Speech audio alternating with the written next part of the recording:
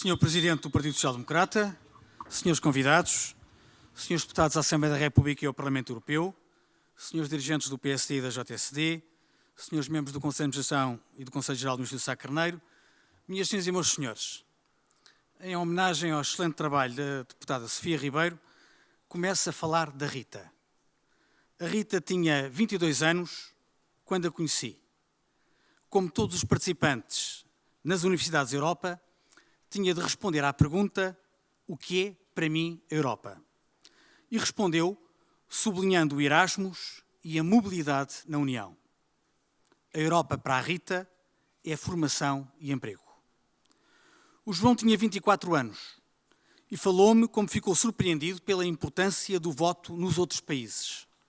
Disse-me que a prima, que vive em França, lhe contou como os portugueses foram cortejados por diferentes correntes políticas, disputando o seu voto e convidando-os a integrarem listas de candidatura.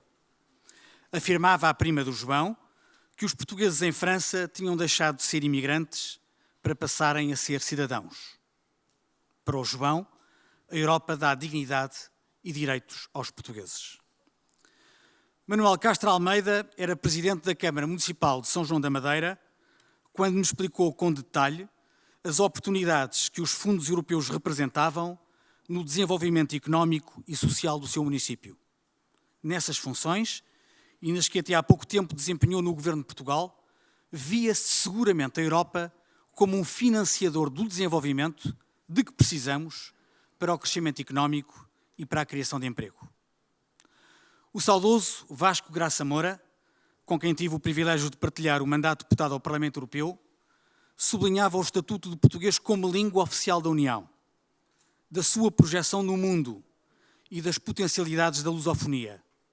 Para ele, a Europa era, sobretudo, a Europa das culturas. Na Universidade de Verão de 2010, a professora Elvira Fortunato sublinhou o apoio que teve do European Research Council para o seu trabalho de investigação. Para a cientista portuguesa, a Europa deve ser, sobretudo, do conhecimento e da ciência, o que corresponde, aliás, às responsabilidades do atual comissário português Carlos Moedas. Para muitos empresários, seja do calçado, da cortiça, da indústria automóvel, entre muitos outros setores, a Europa é vista pelo lado do mercado interno, da abertura aos nossos produtos e da facilitação das nossas exportações. E para muitos de nós, a Europa deve continuar a ser não apenas um espaço de livre circulação de bens, capitais e serviços, mas uma Europa das pessoas, dos cidadãos, onde sejam respeitados os valores bem plasmados na Carta dos Direitos Fundamentais da União Europeia. Isso é bem atual, se atentarmos nos desafios que temos pela frente e na forma como alguns governos têm reagido, como foi, infelizmente, o caso recente da Dinamarca. Não devem poder falar em valores europeus os que se esquecem da dignidade da pessoa humana e da solidariedade. Minhas senhoras e meus senhores, se pudéssemos fazer a mesma pergunta a cada português, teríamos perspectivas muito diferentes, mas globalmente muito positivas, sobre o muito que a União deu a Portugal ao longo destes 30 anos e o muito que Portugal também deu à Europa neste período. E todos temos a consciência bem nítida do quanto teríamos perdido se Portugal estivesse fora do projeto europeu. Se tivéssemos ficado estagnados num anquilosado projeto do orgulhosamente sós, que já era fora do tempo no anterior regime e que hoje seria completamente suicida num mundo que é cada vez mais global e interdependente. E se recorda esta circunstância, não é para criticar as pequenas forças políticas que em Portugal sempre se opuseram à nossa participação na Europa, mas, sobretudo, para sublinhar o acerto dos que tudo fizeram para vencer o isolamento de Portugal. No Governo e na oposição, na Comissão Europeia ou no Parlamento Europeu, em organizações não governamentais ou no tecido económico, empresários e trabalhadores. Foi um trabalho de muitos, um trabalho de gerações diferentes, um trabalho de diferentes partidos políticos, mas onde os social-democratas deixaram a sua marca.